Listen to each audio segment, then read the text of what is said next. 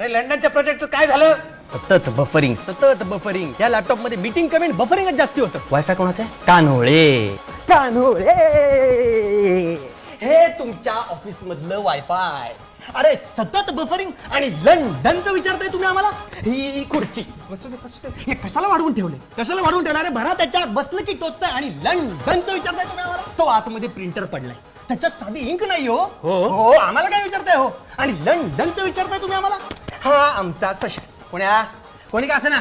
अहो ह्याला ऑफिस मध्ये फुकायला जागा नाही आणि लंडनचं विचारताय तुम्ही आम्हाला? हा आमचा कुशा, याला चहा शिवाय होत नाही आणि ऑफिस मध्ये चहा होत नाही आणि लंडनचं विचारताय तुम्ही आम्हाला? हो, आणि ह्यात MS ऑफिस चालत नाही. बघा तुमचं MS आहे, तो लायसन्स आहे. शबास.